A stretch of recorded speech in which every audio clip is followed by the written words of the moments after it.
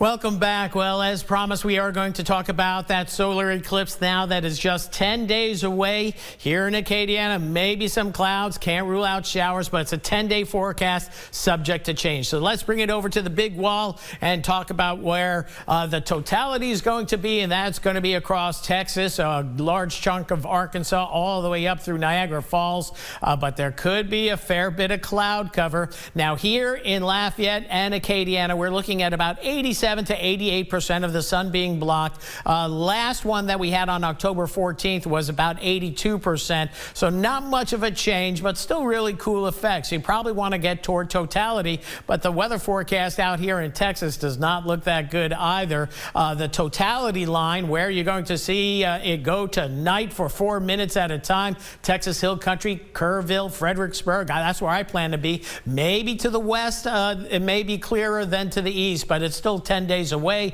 Waco in the line of the total eclipse. So is Dallas. It'll be in the eclipse for a couple of minutes as well. And then you go up through Arkansas, well, we'll call it the Arklatex, and points to the north and east. Now, locally here in Acadiana, the eclipse a week from Monday will start at 12:26. Maximum will be at about 1:46 in the afternoon. So a mid-afternoon situation, and then the eclipse ends roughly at about 3:06. So keep that in mind when we're talking about the forecast. And speaking of the forecast, looking across the country, snowy in the west, wet in the east, and chilly. For us, it's been just great with some high clouds across the area, and that's what we're going to see moving forward. Overnight tonight, cool temperatures, upper 50s to near 64 low, and then for tomorrow, upper 70s, lower 80s. The winds begin to pick up, south 10 to 15, few gusts to 20 tomorrow afternoon. And then with southerly winds continuing, more clouds coming in, will be even milder come Sunday morning. If you're going to sunrise services, very mild in the mid to upper 60s, and then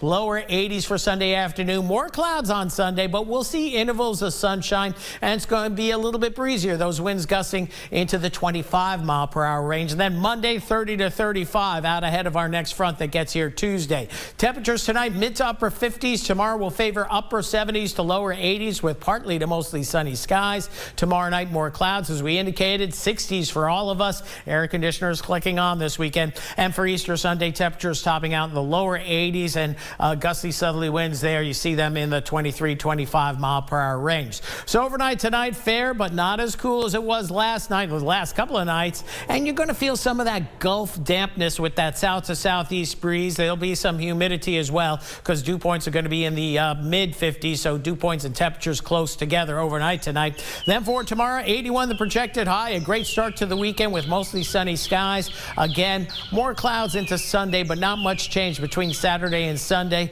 Just a good-looking spring weekend as we move forward. Now, as we get into the 10-day forecast, our next front gets here on Tuesday. Monday, it's going to be a big severe weather maker well north of us. That's why we're going to have gusty winds on Monday. Tuesday, the front moves on in. May generate some storms, mostly shower activity. I don't think we see severe weather, but we'll keep an eye on that. And then that system moves on out, and then we have good-looking weather for much of the week, and then we'll see what happens with the solar eclipse. Right now, we're going with cloudy skies and maybe a slight chance of rain. But of course, 10 days out, that forecast is going to change, and we'll have more on that in the days to come. That's it for weather for right now. We'll have more coming up right after the break.